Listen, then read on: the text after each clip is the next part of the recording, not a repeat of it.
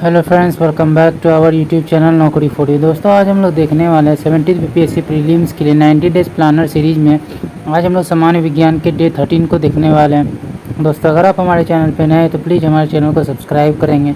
अगर आपको हमारी वीडियो पसंद आती है, आपको हेल्पफुल लगती है तो हमारी वीडियोज़ पर लाइक और कमेंट करना मत भूलिएगा और इसे अपने दोस्तों के साथ जरूर शेयर कीजिएगा। तो चलिए दोस्तों, शुरू करते हैं आज की इस वीडियो को। तो दोस्तों, आज का जो हमारा टॉपिक है वो है जनन और पोषण जंतु रोग। तो चलिए देखते हैं पहला क्वेश्चन है, निषेचन वह प्रक्रिया है जिसके दौरान नर का शुक्राणु कोशिका मादा के अंडाणु के साथ मिलकर युग्मनज बनाते हैं जो अंततः एक नई जीव में विकसित होता है। इस संदर्भ में मानव अंडे का निषेचन आमतौर पर कहाँ होता है? तो आंसर हो जाएगा सी, फैलोपियन ट्यूब। इसका एक्सप्लेनेशन देखते हैं। तो फैलोपियन ट्यूब महिला प्रजनन प्रणाली में संकीर्ण नालिकाएं हैं जो अंडाशय को गर्भाशय से जोड़ती है। वे शुक्राणु द्वारा अंडे के निषेचन के लिए विशिष्ट स्थान है। फैलोपियन ट्यूब निषेचित अंडे को आरोपण के लिए गर्भाशय तक ले जाने में महत्वपूर्ण भूमिका निभाते हैं। प्रत्येक फैलोपियन ट्यूब लगभग 10 से 12 सेंटीमीटर लंबी होती है। ओव्यूलेशन के दौरान अंडाशय फैलोपियन ट्यूब में एक अंडा छोड़ता है। फैम्ब्रिया अंडे को ट्यूब में ले जाने में मदद करती है। फैलोपियन ट्यूब का एम्पुला आमतौर पर वह जगह होती है जहां शुक्राणु अंडे से मिलता है और निषेचन होता है। निषेचन के बाद निषेचित अंडे, जिसे अब युग्मनज कहा जाता है, को प्रत्यारोपण के लिए ट्यूब से नीचे गर्भाशय की ओर ले जाया जाता है। अगला देखते हैं, पुरुष प्रजनन प्रणाली में कौन सा संरचना शुक्राणु कोशिकाओं को संग्रहित और परिपक्व करता है? तो आंसर हो जाएगा बी, अधिवृषण।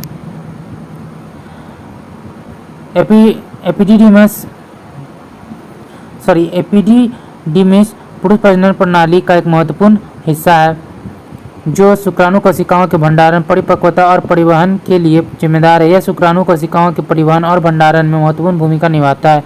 इसकी मुख्य विशेषताएं और कार्य इस प्रकार हैं। अधिवृषण एक लंबी कुंडलित नली होती है जो प्रत्येक अंडकोश के पीछे स्थित होती है।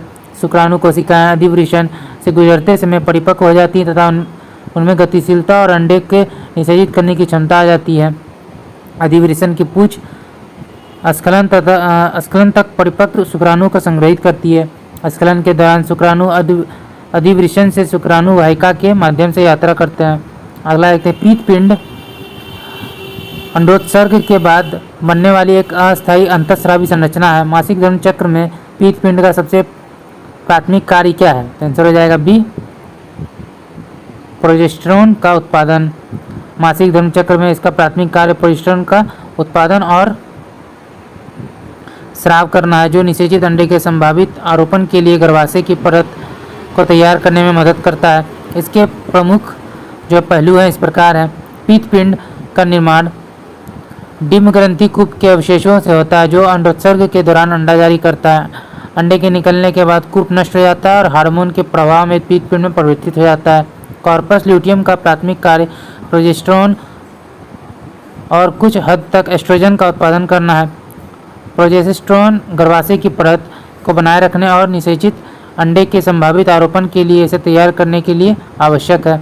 अगला देखते हैं, निम्नलिखित में कौन सी संरचना शुक्राणु को वृषण से मूत्रमार्ग तक ले जाती है? आंसर हो जाएगा बी, वास डिफरेंस, जिसे डक्टस डिफरेंस के नाम से भी जाना जाता है, पुरुष प्रजनन प्रणाली का महत्वपूर्ण घटक है। वास डिफरेंस एक लंबी मांसपेशियों वाली नली होती है जो स्खलन के दौरान शुक्राणु को एपिडिडिमिस से मूत्रमार्ग तक पहुंचाती है। यह नसबंदी की प्रक्रिया में भी शामिल होती है जहां शुक्राणु के मार्ग को रोकने के लिए इसे शल्य चिकित्सा द्वारा बाधित किया जा सकता है। शुक्राणु वाहिका के मुख्य पहलू इस प्रकार है। शुक्राणु वाहिका एक मांसपेशीय नली होती है जो लगभग 30 से 45 सेंटीमीटर लंबी होती है। स्खलन के दौरान शुक्राणु वाहिका की दीवारों में चिकनी मांसपेशियां सिकुड़ती हैं जिसे शुक्राणु एपिडिडिमिस से नली के माध्यम से स्खलन नलिकाओं में चले जाते हैं। वहां से शुक्राणु मूत्रमार्ग में चले जाते हैं जहां वह वीर्य बनाने के लिए वीर्य द्रव के साथ मिल जाते हैं। अगला देखते हैं, कौन सी ग्रंथि एक तरल पदार्थ उत्पन्न करती है जो शुक्राणु को पोषण और सुरक्षा प्रदान करती है? तो आंसर हो जाएगा ए, लाभदायक पुट्टिका।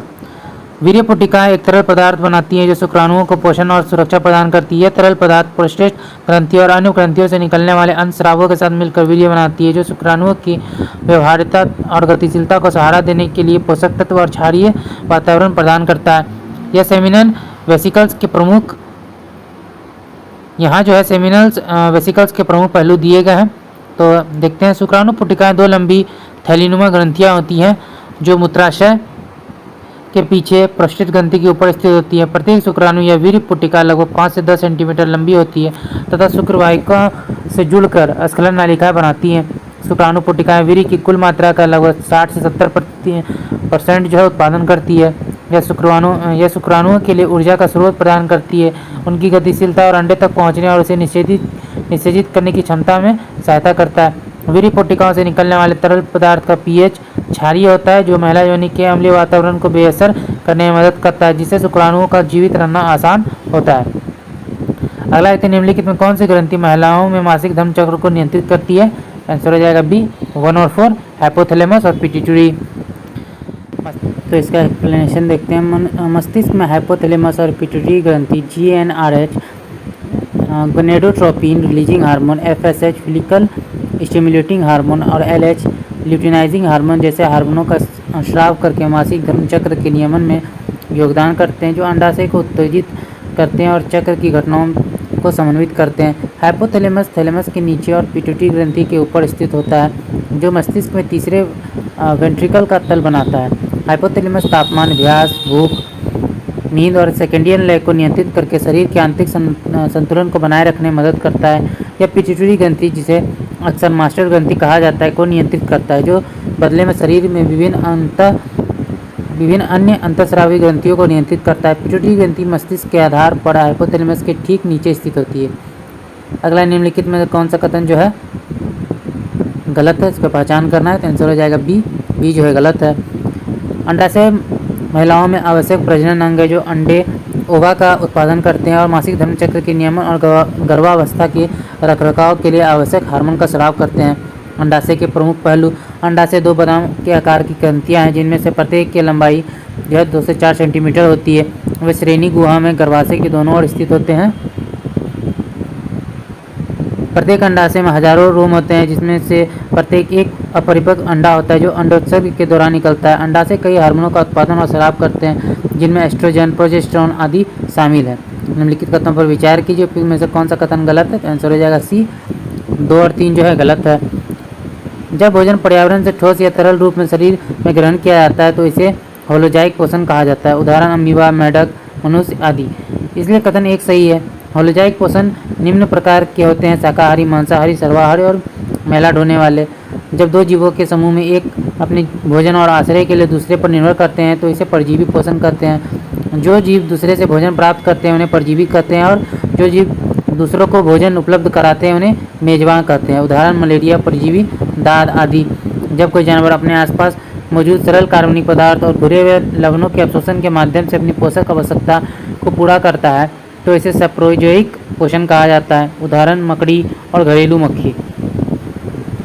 विटामिन कार्बनिक यौगिक है, जो सामान्यतः चयापचय, स्वास्थ्य और विकास के लिए आहार में थोड़ी मात्रा में आवश्यक होते हैं। विटामिन को जो है 2 समूह में विभाजित किया जाता है, अर्थात वसा और पानी में घुलनशील। निम्नलिखित में कौन सी जो है वसा में घुलनशील विटामिन है? तो इसमें हो जाएगा आंसर हो जाएगा डी 1, 3, 4, यानी कि विटामिन ए, विटामिन ई और विटामिन के।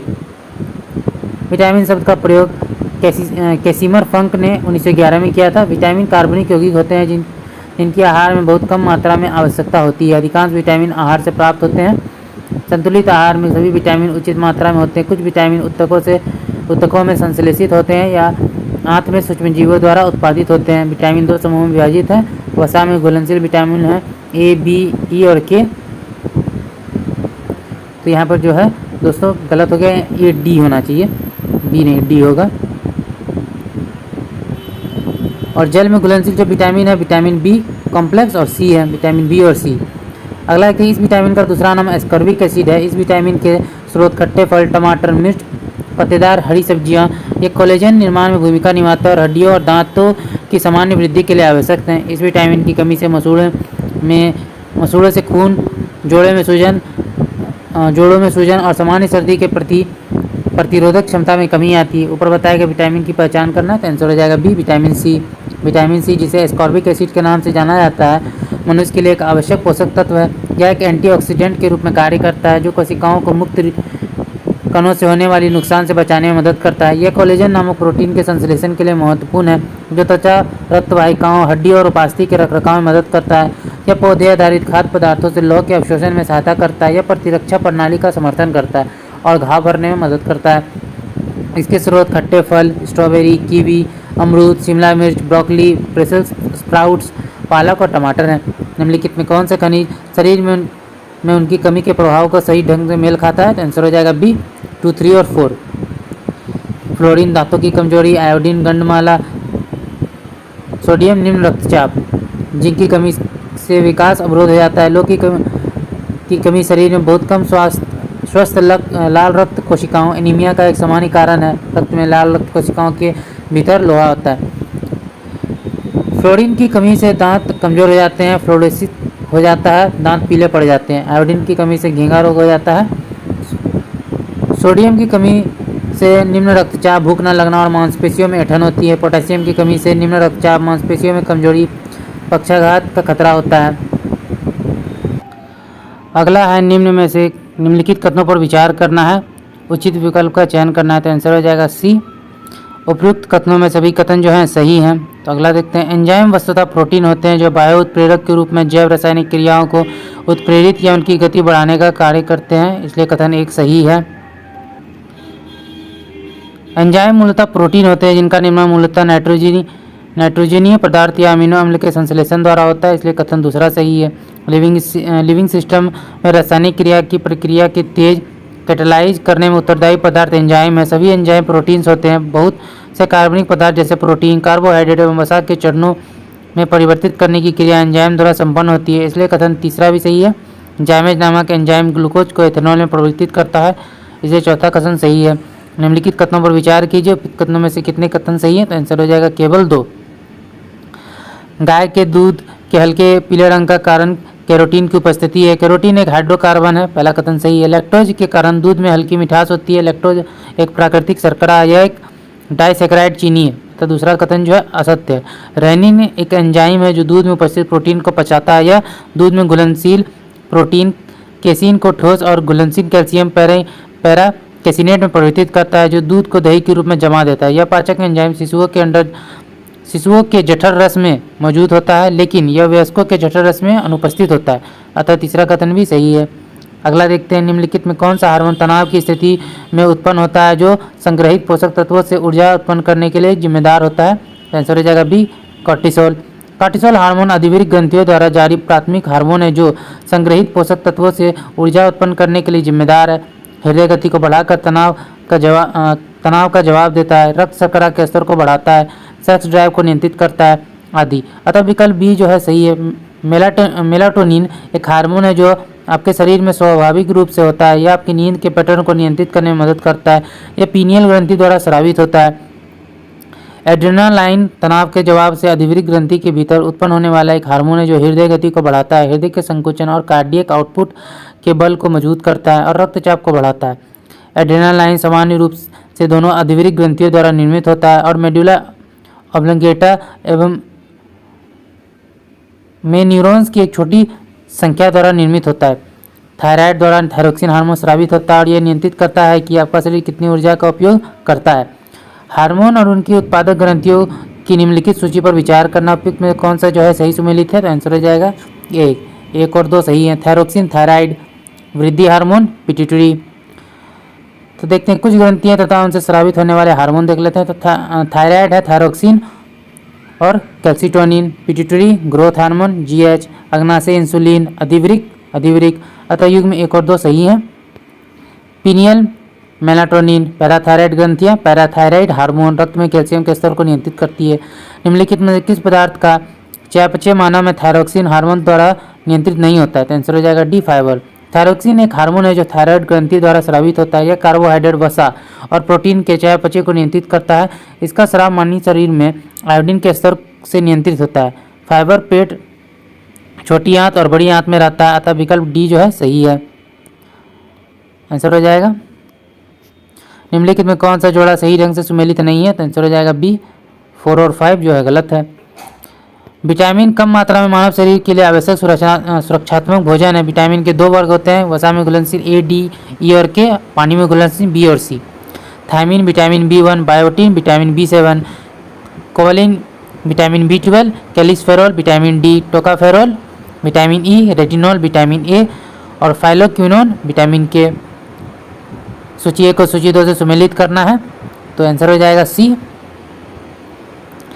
एड्रेनालाइन क्रोध, भय, खतरा, एस्ट्रोजन मादा के अंदर होता है। इंसुलिन, ग्लूकोज, फेरामोन्स गंध की अनुभूति से पार्टनर को आकर्षित करना। विचार करें कि कौन सा कथन जो है सही है तो आंसर हो जाएगा सी। 1, 3, 4 और 5। विटामिन की खोज सर एफ.जी. हॉपकिंस ने की थी तो ये कथन सही है। विटामिन की खोज हॉपकिंस ने की थी और शब्द जो है फंक ने दिया था। विटामिन ई पानी में घुलनशील है, ये गलत है। विटामिन ई जो है वसा में घुलनशील है, पानी में नहीं। वसा उत्तक में संग्रहित होता है, सही है। प्रोटीन की कमी से क्वासिकोर होता है, सही है। क्वासिकोर जो है प्रोटीन की कमी के कारण होने वाला कुपोषण का एक रूप है। प्रोटीन में नाइट्रोजन मौजूद है, सही। नाइट्रोजन प्रोटीन का एक महत्वपूर्ण घटक है। प्रोटीन अमीनो एसिड से बने होते हैं और अमीनो एसिड में नाइट्रोजन होता है। अगला देखते हैं अनुवांशिक विकार और वंशानुगत चिकित्सा स्थिति जो डीएनए असामान्यता के कारण होती है, निम्नलिखित में कौन सी अनुवांशिक विकार नहीं है तो आंसर हो जाएगा सी, सिफिलिस। सिफिलिस एक यौन संचालित रोग है जो ट्रेपेनोमा पेलिडियम नामक एक प्रकार के बैक्टीरिया के कारण होती है। सिफिलिस को महान नकलची के रूप में जाना जाता है क्योंकि यह कई अन्य बीमारियों के समान लक्षण पैदा कर सकते हैं। सिफिलिस सबसे अधिक यौन क्रियाकलापों के माध्यम से फैलते हैं। यह गर्भावस्था के दौरान या जन्म के समय माँ से बच्चों में भी फैल सकता है, जिसके परिणाम स्वरूप जन्मजात सिफिलिस हो सकता है।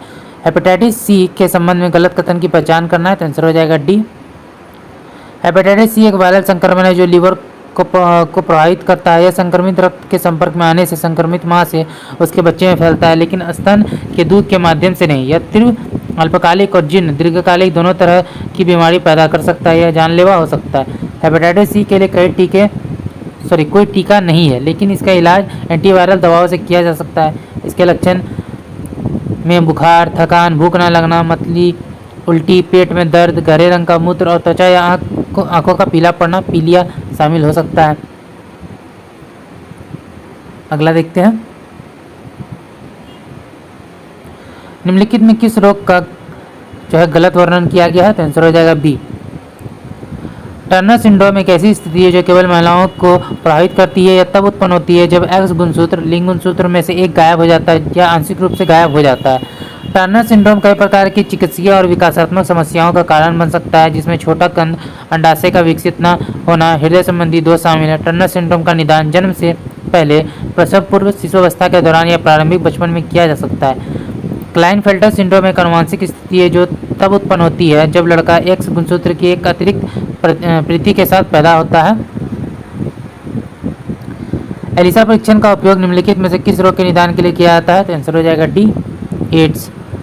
Enzyme linked immunosorbent assay ELISA आधारित परीक्षण का उपयोग एंटीबॉडी का पता लगाने के लिए किया जाता है जो एंटीजन या विदेशी पदार्थों से लड़ने के लिए शरीर द्वारा उत्पादित होता है। एलिसा आधारित परीक्षण रक्त आधारित परीक्षण है जिसमें उच्च संवेदनशीलता और विशिष्टता होती है। जीवाणु संक्रमण के उदाहरण में लाइम रोग, ब्रुसेलोसिस और सिफिलिस शामिल है। वायरल संक्रमण के उदाहरणों में एचआईवी और हेपेटाइटिस ए, बी और सी शामिल है। निम्नलिखित में कौन सा सुमेलित जो है गलत है तो आंसर हो जाएगा सी। राइनोवायरस आम सर्दी का सबसे आम कारण है और अस्थमा के हमलों के लिए एक आम वायरल ट्रिगर है। अधिकांश राइनोवायरस संक्रमण कोई लक्षण या हल्के लक्षण पैदा नहीं करते। विभिन्न प्रमुख लक्षणों में छींकना, खांसना, नाक बहना, गले में खराश, नाक बंद होना आदि शामिल है। यह वायरस एंट्रोवायरस वंश और पिक्योनोविरिडे परिवार से संबंधित है। राइनोवायरस से सबसे अधिक प्रभावित होने वाले लोग जो हैं शिशु, बुजुर्ग और वे लोग हैं जो ऐसी प्रतिरक्षा तंत्र के शिकार हैं जो रोगों से लड़ने की अपनी क्षमता खो चुके हैं। अगला देखते हैं, निम्नलिखित में कौन मलेरिया पैदा करने वाला प्लाज्मोडियम परजीवी का वाहक है तो आंसर हो जाएगा ए, मादा एनोफिलीज मच्छर। मलेरिया फैलाने वाले मच्छरों को आमतौर पर एनोफिलीज मच्छर कहा जाता है। खासतौर पर यह मादा एनोफिलीज मच्छर है जो मलेरिया परजीवी के संचरण के लिए जिम्मेदार है। यह मच्छर प्लाज्मोडियम परजीवी से संक्रमित हो जाते हैं तब जब वे संक्रमित व्यक्ति के खून को काटते हैं और खाते हैं। मलेरिया के लक्षणों में बुखार और फ्लू जैसी बीमारी शामिल है, जिसमें कंपन, सिर दर्द, मांसपेशियों में दर्द और थकान शामिल है। मलेरिया की रोकथाम और उपचार दोनों संभव है। मलेरिया मुख्य रूप से अफ्रीका, दक्षिण अमेरिका और एशिया के उष्णकटिबंधीय और उपोष्णकटिबंधीय क्षेत्रों में पाया जाता है। निम्नलिखित में कौन सी बीमारी उस रोग को उत्पन्न करने वाले तत्वों से सही सुमेलित है? तो आंसर हो जाएगा सी 4 और 5, मिनीमाता, मिथाइल मरकरी और कैंसर आर्सेनिक। रोगों के सही कारक निम्नलिखित हैं। ब्लू बेबी सिंड्रोम पीने के पानी में नाइट्रेट के कारण होती है। असामान्य हृदय ताल पोटेशियम की कमी के कारण होता है। इटाइटाई कैडमियम के संपर्क में आने से होता है। मिनीमाता मिथाइल मरकरी के उच्च स्तर के संपर्क के कारण होता है। पीने के पानी में आर्सेनिक कैंसर का एक कारण है। एनीमिया आमतौर पर लोहे की कमी के कारण होती है, लेकिन सीसा विषाक्तता के कारण भी विकसित हो सकता है। कौन सा रोग 2 खुर वाले पशुओं में तेज बुखार, अल्सर और लंगड़ापन की विशेषता रखता है और वायरस के कारण होता है? आंसर हो जाएगा बी, पैर और मुंह की बीमारी। खुरपका मुंह पका रोग एक अत्यधिक संक्रामक विषाणुजनित रोग है जो मवेशियों, सुअरों, भेड़ों और बकरियों जैसे 2 खुर वाले पशुओं को प्रभावित करता है। यह FMD वायरस के कारण होता है और इसके परिणाम स्वरूप बुखार, मुंह और पैरों में छाले और अल्सर हो जाता है, जिससे गंभीर लंगड़ापन और उत्पादकता में कमी आती है। जो मनुष्य यह नहीं समझ पाता है कि उसे भोजन करना कब रोक देना चाहिए, वह पीड़ित है। आंसर हो जाएगा ए, बुलिमिया से। बुलिमिया नर्वसा एक प्रकार का भोजन संबंधी विकार है। बुलिमिया से ग्रस्त व्यक्ति बहुत कम समय में बहुत अधिक मात्रा में भोजन का सेवन कर लेता है। बीमारियों की निम्नलिखित सूची पर विचार करना। उपयुक्त में कौन सा रोग वायरस के कारण नहीं होता है? तो आंसर हो जाएगा सी, खसरा, मिजेल्स या रूबेला वायरस के कारण होता है। चेचक का संक्रमण वेरियोला जोस्टर वायरस के कारण होता है। क्षय रोग टीबी माइकोबैक्टीरियम ट्यूबरकुलोसिस नामक जीवाणु के कारण होता है। टाइफाइड बुखार साल्मोना टाइफी बैक्टीरिया के कारण होता है। मलेरिया प्लाज्मोडियम परजीवी के कारण होता है। हेपेटाइटिस ए, हेपेटाइटिस बी और हेपेटाइटिस सी वायरस के कारण होता है। इसलिए तपेदिक टाइफाइड और मलेरिया वायरस के कारण होता है। इसलिए तपेदिक टाइफाइड और मलेरिया वायरस के कारण नहीं होता है। चूंकि प्रश्न का निर्देश नहीं है, अतः विकल्प सी सही है। जीव और उनकी क्रियाओं को निम्नलिखित सूची पर विचार कीजिए, में कौन सा सही सुमेलित नहीं है? तो आंसर हो जाएगा डी, 3 और 4 नहीं है। हैजा विब्रियो कोलेडी बैक्टीरिया से आंत के संक्रमण के कारण होने वाली एक तीव्र डायरिया बीमारी है, अतः युग्म में एक सही सुमेलित है। पौधे की जड़ों में उपस्थित राइबोजियम जीवाणु वायु से नाइट्रोजन का स्थिरीकरण करते हैं, अतः युग्म 2 जो है सही सुमेलित है। ह्यूमन इम्यूनोडिफिशियंसी वायरस एड्स का प्रमुख कारण है, तीसरा सही नहीं है। मलेरिया प्लाज्मोडियम परजीवी के कारण होता है, इसलिए युग्म 4 जो है वो भी सही नहीं है। चूँकि प्रश्न का निर्देश सही जो मिलान नहीं है, अतः विकल्प डी सही होगा। निम्नलिखित नेत्र दोषों की सूची और इसे ठीक करने के लिए प्रयुक्त संबंधित लेंस पर विचार करना है। निम्नलिखित में कौन सा युग्म जो है सही सुमेलित नहीं है? तो आंसर हो जाएगा बी, केवल 2। सामान्य नेत्र दोष हैं। मायोपिया या निकट दृष्टि दोष, दूर की वस्तु स्पष्ट दिखाई नहीं देती है, इसके निवारण के लिए अवतल लेंस का प्रयोग किया जाता है। हाइपरमेट्रोपिया या दूर दृष्टि दोष, निकट की वस्तु जो है स्पष्ट रूप से दिखाई नहीं देती है, इसे ठीक करने के लिए उत्तल लेंस का उपयोग किया जाता है। प्रेसोबायोपिया यह एक अपवर्तक त्रुटि है जो मध्यम आयु वर्ग और वृद्ध वयस्कों के लिए चीज़ों को करीब से देखना कठिन बना देती है। एक द्विफोकल लेंस का उपयोग किया जाता है, इसलिए जोड़े 1, 3 और 4 सही सुमेलित है। अगला देखते हैं, वायरसों में रेट्रोवायरस की कौन सी विशेषता है? आंसर हो जाएगा B, single standard DNA genome. यह विकल्प सही नहीं है। रेट्रोवायरस में एक एकल स्टैंडर्ड आरएनए जीनोम होता है, डीएनए नहीं। आरएनए जीनोम को रिवर्स ट्रांसक्रिप्टेस का उपयोग करके डीएनए में परिवर्तित किया गया है, यह सही उत्तर है। रेट्रोवायरस वायरस के बीच अद्वितीय है क्योंकि वे एक आरएनए जीनोम ले जाते हैं और उनकी प्रतिकृति प्रक्रिया के दौरान आरएनए को रिवर्स ट्रांसक्रिप्टेस नामक एंजाइम द्वारा डीएनए में परिवर्तित किया जाता है। इस प्रक्रिया को रिवर्स ट्रांसक्रिप्शन के रूप में जाना जाता है। डबल स्टैंडर्ड आरएनए जीनोम, यह विकल्प सही नहीं है। रेट्रोवायरस में एकल स्टैंडर्ड हुए आरएनए जीनोम होते हैं। प्रोटीन कोट की कमी, यह विकल्प सही नहीं है। अन्य वायरस की तरह रेट्रोवायरस में एक प्रोटीन कोट होता है जिसे कैप्सिड भी कहा जाता है, जो कि उनकी आनुवंशिक सामग्री को घेरता है और उनकी रक्षा करता है। तो दोस्तों, आज का वीडियो यहीं तक था। आशा करते हैं वीडियो आपको पसंद आया होगा। अगर आपने वीडियो को यहाँ तक देखा और अभी तक हमारे चैनल को सब्सक्राइब नहीं किया तो प्लीज़ हमारे चैनल को सब्सक्राइब करेंगे। अगर आपको हमारी वीडियो पसंद आई या आपको हेल्पफुल लगी तो इसे अपने दोस्तों के साथ भी जरूर शेयर कीजिएगा। हमारी वीडियोज़ पर लाइक और कमेंट करना मत भूलिएगा। तो चलिए फिर मिलते हैं एक मज़ेदार वीडियो के साथ। जय हिंद।